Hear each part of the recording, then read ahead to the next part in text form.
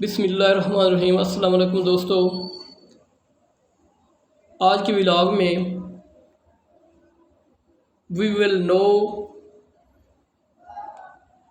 कि moving average से किसी स्टॉक या मार्केट की सपोर्ट कैसे मालूम की जाती है।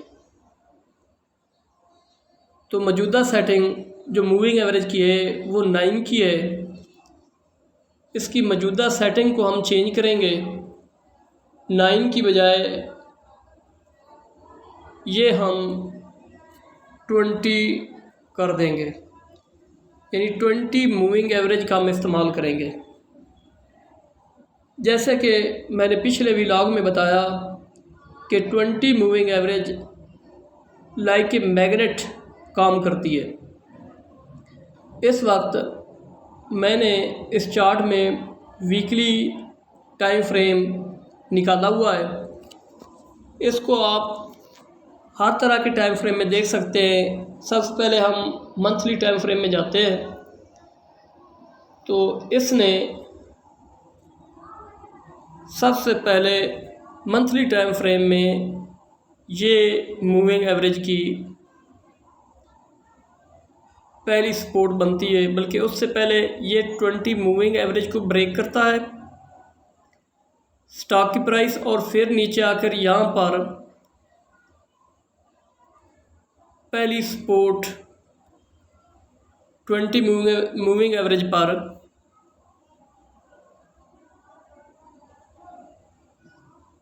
स्टॉक की प्राइस ने पहली सपोर्ट ली और फिर चलता गया ऊपर। अब जो इन्वेस्टर होते हैं वो अमूमन मंथली टाइम फ्रेम का इस्तेमाल करते हैं। तो इसके बाद हम इसको वीकली टाइम फ्रेम में देखते हैं।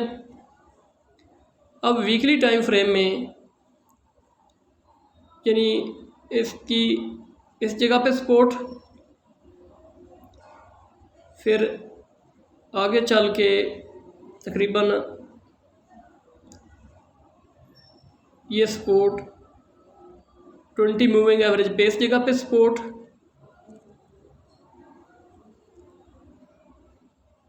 फिर इस जगह पे सपोर्ट,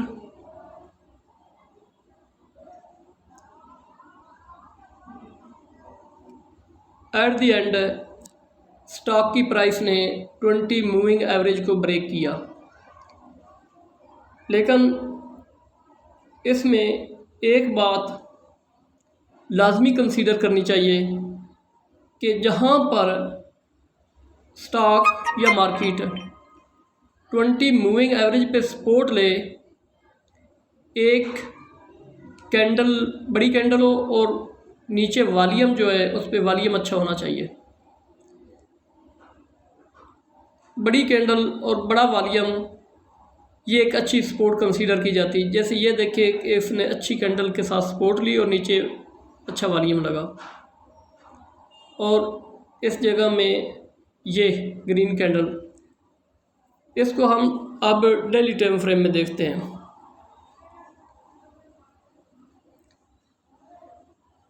तो डेली टाइम फ्रेम में स्टॉक की प्राइस ने इस जगह पर भी 20 मूविंग एवरेज पर सपोर्ट ली, और फिर ये जगह प्राइस ने 20 मूविंग एवरेज पर सपोर्ट ली,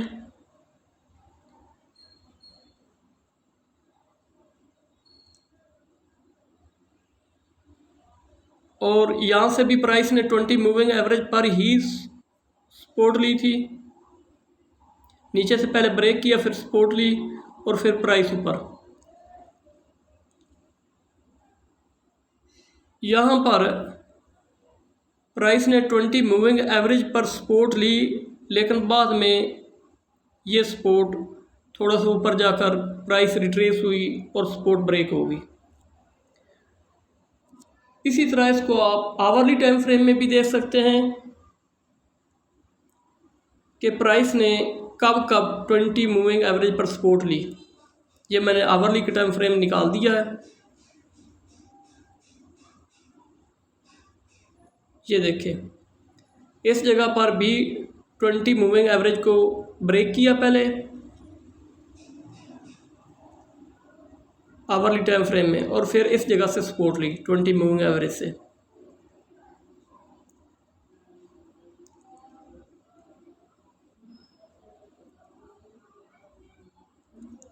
ये 20 मूविंग एवरेज और